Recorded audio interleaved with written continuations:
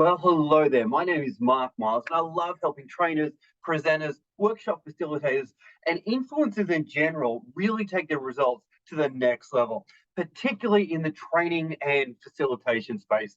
So, in today's video, I want to talk to you about a topic that really doesn't get that much attention, but that topic is the curse of mastery. The curse of mastery. This may be something you've maybe not heard of before, but this is a really, really important topic that you have to get your head around. Because what I know from personal experience and all the research I've done, and just general life experience of myself as a trainer and even as a learner, here's a fact that we need to acknowledge.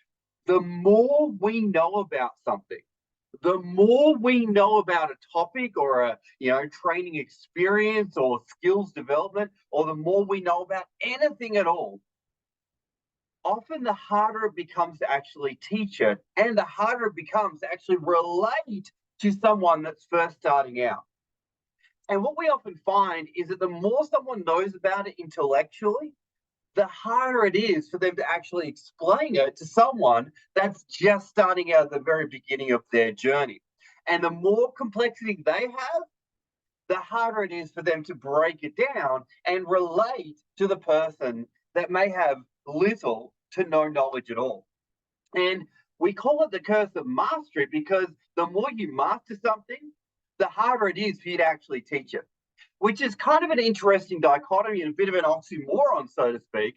But as a great trainer, as a master trainer, the master of all mastery, so to speak, the person that's a little bit above the rest, that person really is able to tap into and stay into that place of what was it like to be a beginner?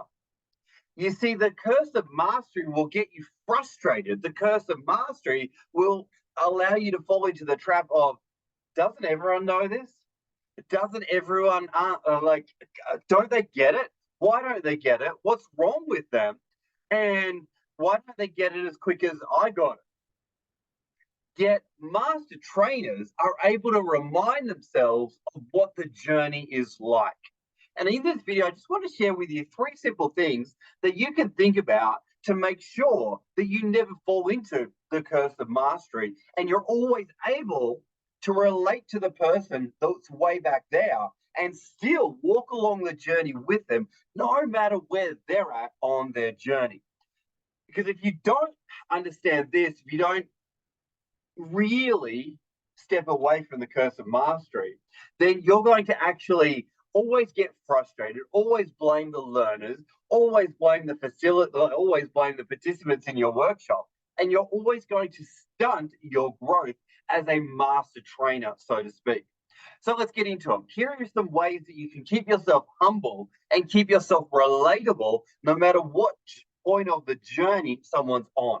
So let's get into it. Number 1, I really want to encourage you to remind yourself that the journey of learning can be uncomfortable. And think about, what was it like for you? What was it like for you when you were first starting out? What were some of the feelings and emotions you had when you first started to enter your field as a participant or as a learner? Remind yourself of those feelings. Remind yourself of those awkward moments. Okay, so that was number 1. Number 2, what areas of the content that you teach did you find yourself a little bit challenged by? And you probably don't find yourself challenged by them at the moment, of course, because you've come so far along your journey. But when you first started out, what did you find difficult? Such as, I found saying XYZ difficult, or I found doing this hard, or I found that. Acknowledge that, write that down. And that will allow yourself to feel humble. It's like, yeah, I didn't get it instantly. Yeah, for me, it was a little bit difficult. Oh, for that was a little bit harder than everything else, but that came a little bit easier. But remind yourself of your journey. And then the next one, number 3, very logical. What were the mistakes that you made in the beginning? What were the mistakes that you made?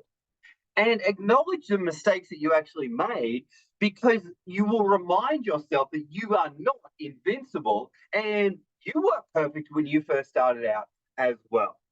And Also, as a side note, I want to encourage you to think about what were the things that really helped you out along your journey?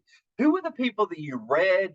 What were the conversations that you had to get over some of the challenges that you had? So, definitely, how did you feel?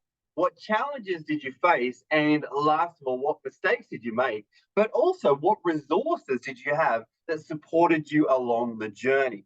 You see, what we need to appreciate is that when you think that you are invincible, you're often going to set the benchmark so high that people can't relate to it and can't and won't continue along their journey.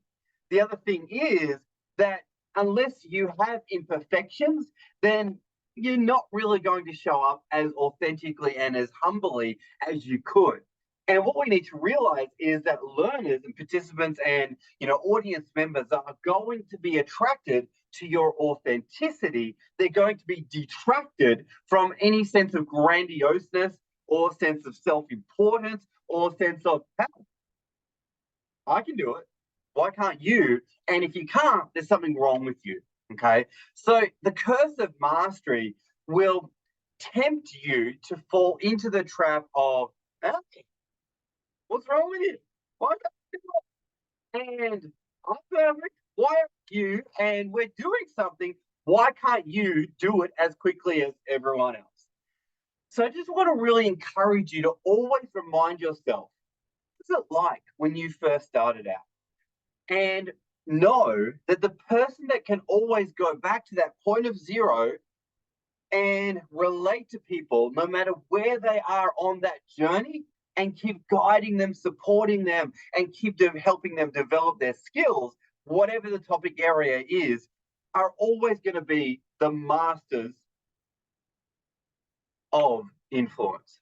So I just want to share that with you because I've just noticed that so many trainers out there, when they get really deep into their topic, they often become unrelatable.